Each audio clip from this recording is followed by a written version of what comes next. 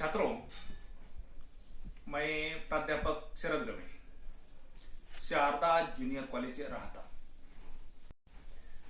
आज हम वाक्य शुद्धिकरण के बारे में जानकारी ले लेंगे।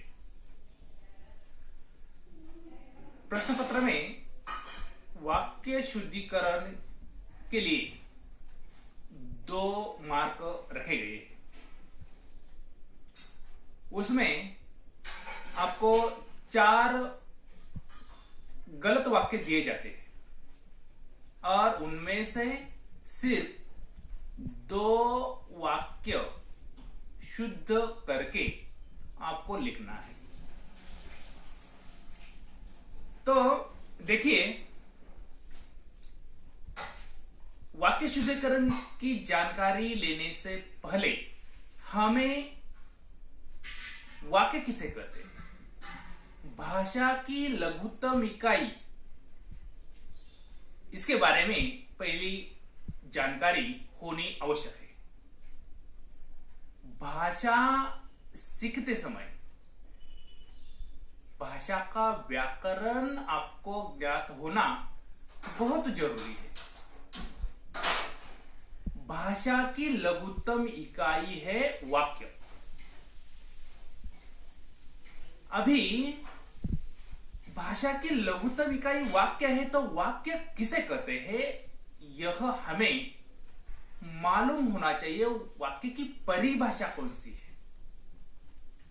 तो अर्थपूर्ण शब्द समूह को हम वाक्य कहते हैं और वाक्य की शुद्धता का बड़ा महत्व होता है। भाषा का अध्ययन करते समय हमने उसकी शुद्धता पर ध्यान देना बहुत आवश्यक है। व्याकरण पढ़ाने का उद्देश्य शुद्ध भाषा का ज्ञान कराना है। भाषा के प्रश्न पत्र में भाषा की शुद्धता पर विशेष ध्यान दिया जाता है। प्रश्न का उत्तर भले ही ठीक हो, परंतु उसमें भाषा संबंधी अशुद्धियां हो तो आपको पूरे अंक नहीं मिलते। इसीलिए परीक्षा में अच्छे मार्क पाने के लिए शुद्ध भाषा का बहुत बड़ा महत्व है। व्याकरण की दृष्टि से किसी भी प्रकार का दोष नहीं होना चाहिए। प्रश्नों के उत्तर विषय वस्तु की दृष्टि से नहीं, भाषा की दृष्टि से शुद्ध होना चाहिए, तब भी आपको अच्छे अंक मिल जाते हैं। विशेष मात्रा में रचना विभाग में भी भाषा की शुद्धता अच्छे अंक पाने में सहायता करती है। तो ये जो भाषा की शुद्धता है, शुद्ध लेखन जो है, वही कौन सी घटक उसमें महत्वपूर्ण है, वही हम देखेंगे। पहला घटक है गलत शब्दों का प्रयोग। दूसरा है वर्तनीकी भूलें। तीसरा है भ्रमित करने वाले शब्द। चौथा है अर्थभेद से होने वाली भूलें। 5वां है मातृभाषा के शब्दों का प्रयोग। 6ठा है सर्वनाम के प्रयोग में होने वाली भूलें। और 7वां है विशेषण का अनुचित प्रयोग। ये जो बातें हैं, इनसे अशुद्धियां हो जाती है। तो ये करते समय या लिखते समय हमने भाषा बोलते या लिखते समय गलत शब्दों का प्रयोग नहीं करना चाहिए। गलत शब्द वाक्य को अशुद्ध कर देता है।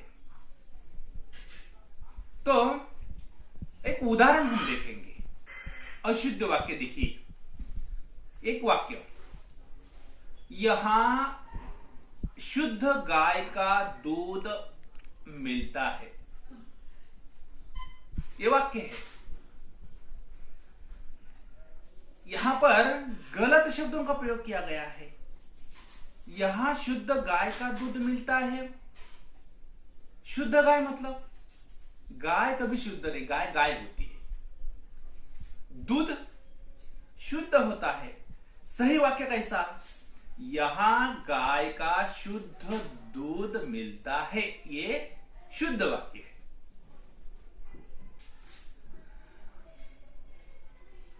इस प्रकार शब्दों के गलत प्रयोग से वाक्य का सौंदर्य प्रभाव नष्ट हो जाता है।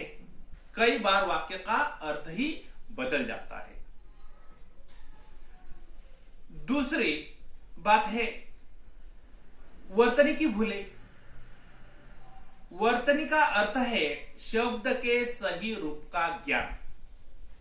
शब्द का सही रूप जानने से अर्थ का अनर्थ होता है। उदाहरण हम देखेंगे। पृथ्वी एक गृह है। गृह मतलब घर, और वाक्य क्या है?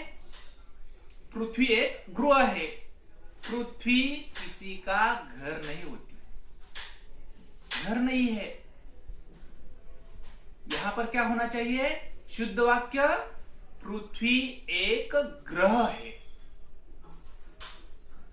कुछ इसी प्रकार ऐसे वाक्य आ जाते हैं। वही वाक्य लिखते समय उसकी शुद्धता पर ध्यान देना चाहिए। आगे का घटक है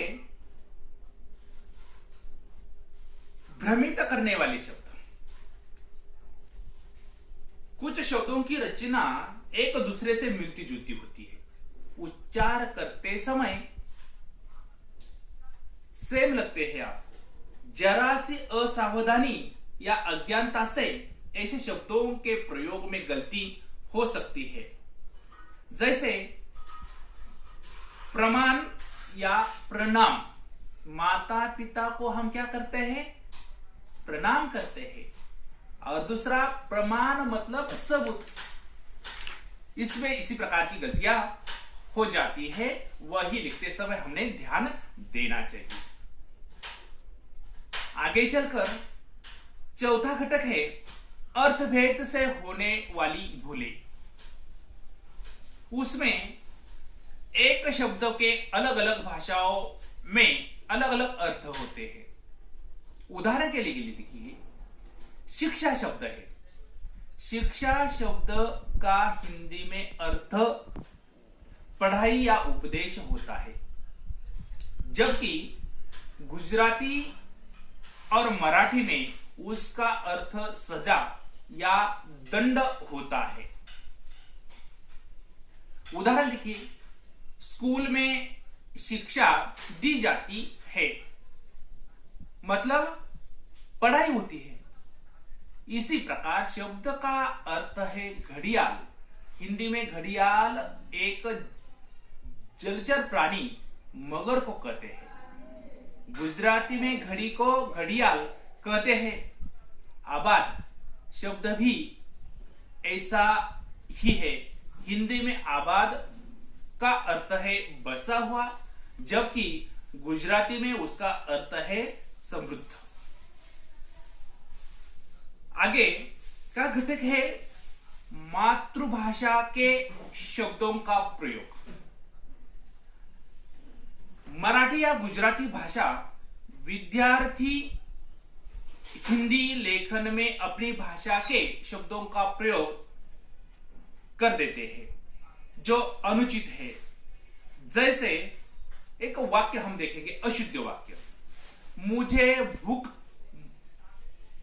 लगी है। यहां पर भूख मराठी शब्द है, लेकिन हिंदी में लिखते समय कैसा लिखना चाहिए? मुझे भूख लगी है। आगे का घटक है छठा, सर्वनाम के प्रयोग में होने वाली भूलें। जैसे अशुद्ध वाक्य में वह लोग चले गए, शुद्ध वाक्य कैसा होता है? वे लोग चले गए। वह के बदले क्या होना चाहिए? वे। और अंत में विशेषण का अनुचित प्रयोग। विशेषण में किस प्रकार गलती होती है देखिए। उनकी हिंदी भाषा मातृभाषा नहीं थी, शुद्ध वाक्य होगा हिंदी उनकी मातृभाषा नहीं है। दूसरा वाक्य देखिए, वे असली भारत के सपूत थे, शुद्ध वाक्य वे भारत के असली सपूत थे। इसी प्रकार अलग अलग गलतियां होने से हमारे मार्क या अंक कट जाते हैं। उसकी शुद्धता पर आपको ध्यान देना चाहिए ताकि आपको परीक्षा पत्र में जो 2 अंक रखे हैं 2 में से 2 आपको मिल सकते हैं। यहां पर हम रुकेंगे। धन्यवाद।